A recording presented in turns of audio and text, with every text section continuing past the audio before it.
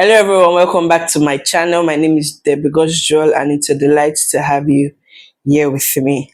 At the background I have my husband and he's going to be asking me a few questions about relationship, courtship, marriage, and then we'll see how to go on from there. I am confident that this is going to be a blessing, and the reason why we decided to do this is because over the past years, even though we've just been married 1 year, over the past years, we've had to intervene in relationship issues and then, counsel, especially because we had such a wonderful time during courtship. It wasn't the smoothest of courtships, and having people come in recent months again to ask us questions about courtship and all of that, it really warranted that we do this video and be of a blessing to as many people as possible.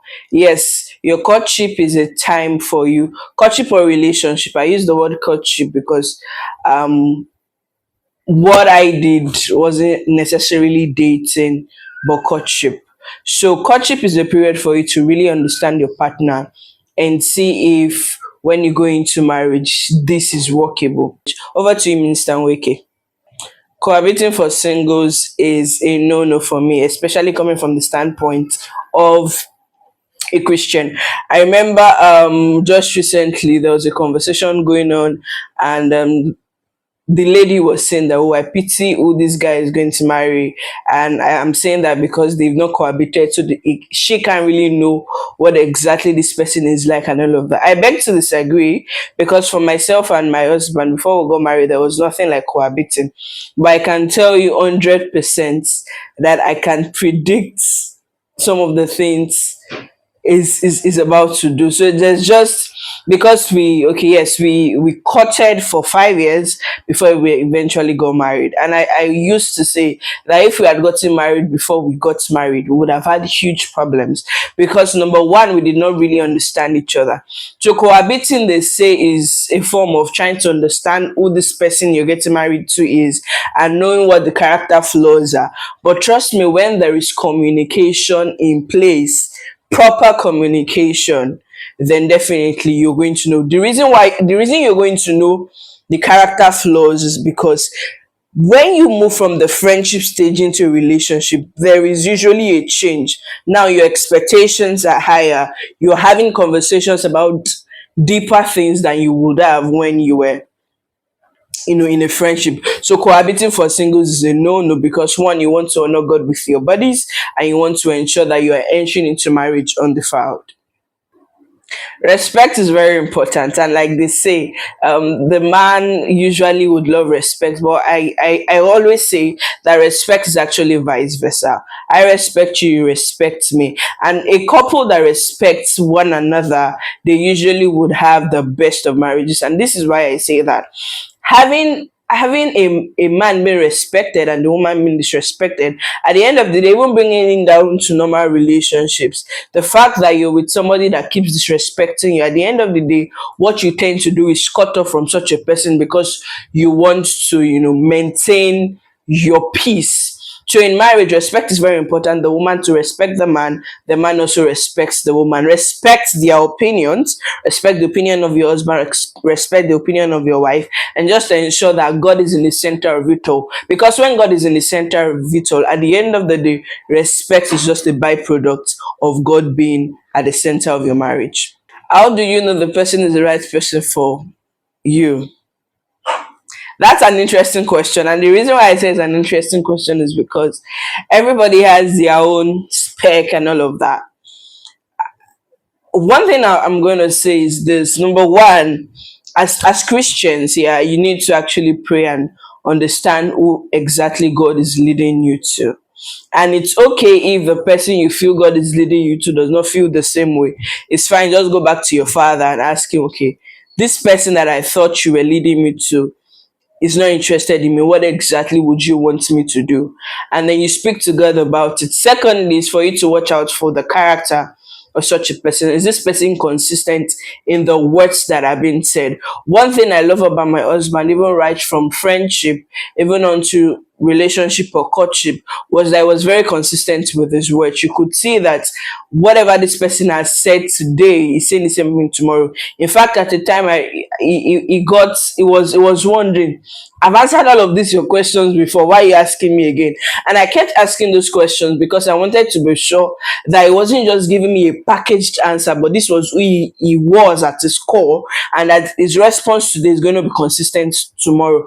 So, in summary, how do you know if this person is the right person for you? Number one, you pray to God and ascertain that this is who God would want you to do life with. Because again, marriage is a ministry. Marriage on its own is you bringing down God on earth and establishing yourself as a vessel unto honor for God to do great and mighty things. So number one, you sought and prayed to God about it. Number two is for you to have conversations and ensure that this person is aligned with you, aligned with your destiny, aligned with what you want, what God would have you do. One thing that is very important, and if God is at the center of the relationship, of the courtship, of the marriage, one thing you're going to see is that the same dealings that are happening with him will be happening with you. I remember there was a certain, well, several periods like that.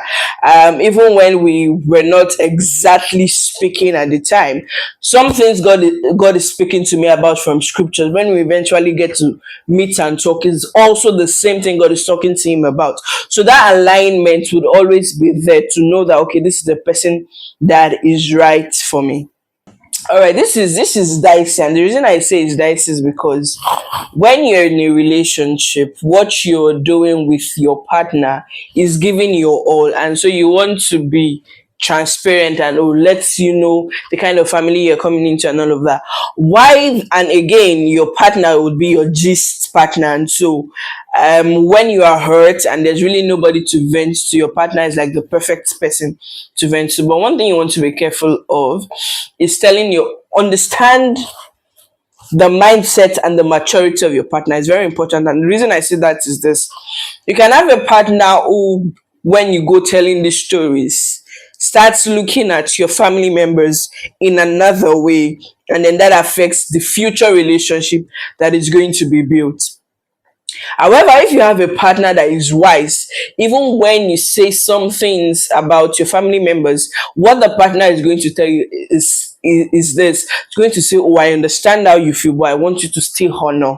I want you to still love. I want you to still respect this person. That is a partner that is wise and has the ability to, beyond all of the stories that he or she has heard, still come out because there is a God well within, still come out unfazed by that. And also remember, it is how you present your partner or your family to each other that is going to determine how their responses are, how their response will be when they eventually meet that person.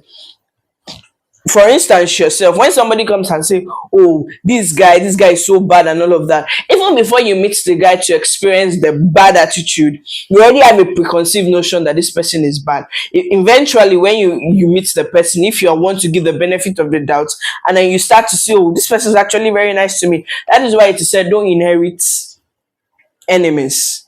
So as much as possible, I would not recommend that you share all of those stories, because you want to ensure, like I said, if your partner is not mature, you want to ensure that you still have the sacredness of family while also protecting your future spouse and also keeping your future spouse ready and entertained to receive from your family.